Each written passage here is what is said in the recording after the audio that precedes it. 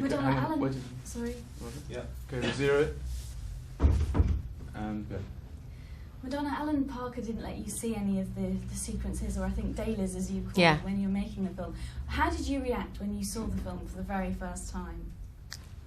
I was completely blown away. I was. Was it anything like you expected?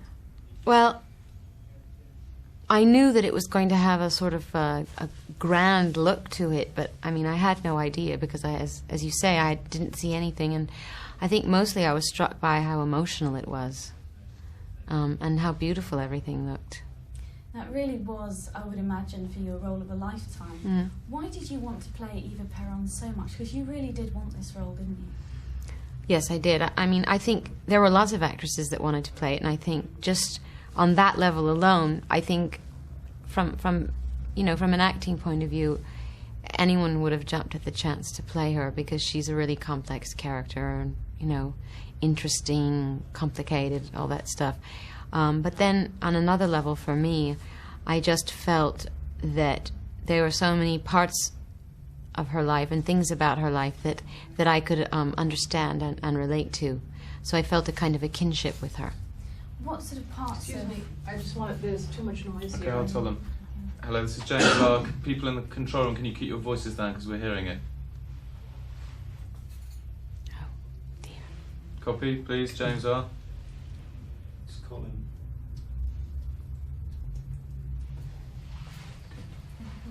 Okay? Okay.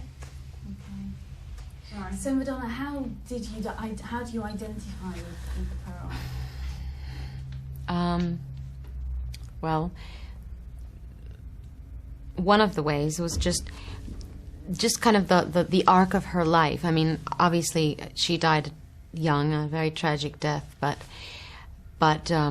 more the beginning of her life, the way that she, as a teenager, left this very small town that she came from in the middle of nowhere, and just kind of bravely put herself on a train and took herself to the big city without knowing anyone, without having any formal education or training, made a life for herself, and actually made quite an incredible life for herself.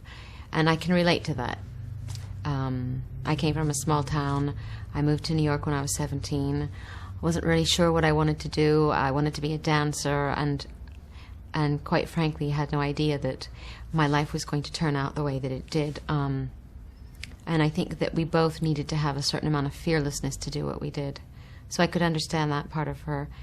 And then just all the, once she attained the power she attained, once she married the president, and even now, she's been dead for years, the controversy that swirls around her, and, the feeling that there is no in-between.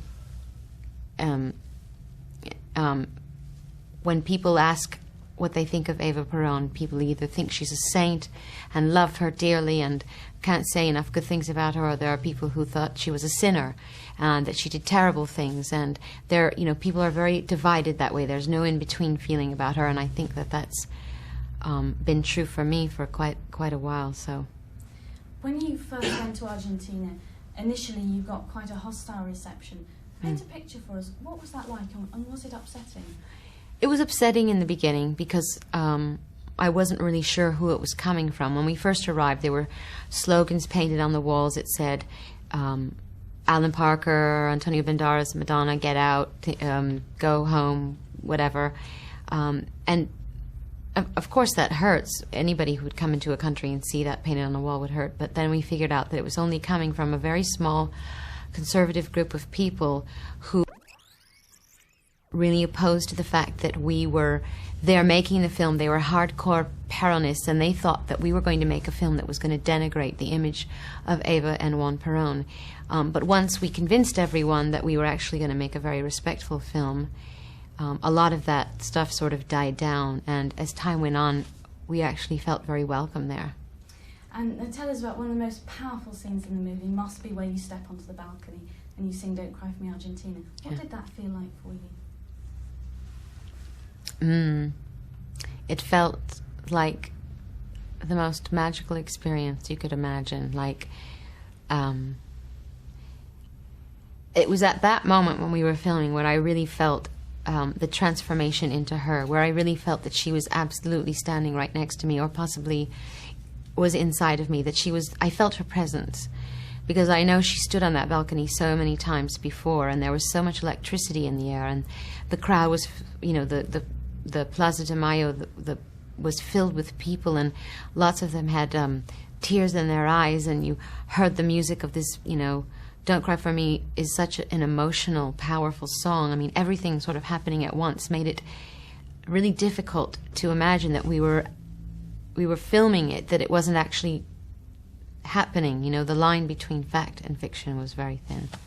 Of course, you've taken on another role recently, motherhood. Yes. Is that anything that you've expected?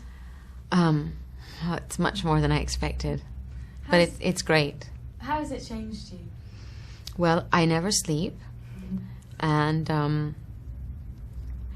I don't finish anything. I don't finish anything anymore. I set out to get things done during the day, but I never managed to get them all done. How did you manage on the film? And when you discovered that you were pregnant, this was part of a 2-year project for you. How difficult was it carrying on filming? Because it's a very demanding role to play, wasn't it? The only time it was difficult was when we did a lot of dancing scenes, but it wasn't difficult in reality. It was difficult because I had anxiety about it. In the end, I was fine, and I never got sick, and I never felt too tired, but I kept thinking that something was going to go wrong, so it was all in my imagination. That's lovely. Thank you very much. Sure. Pleasure talking to you.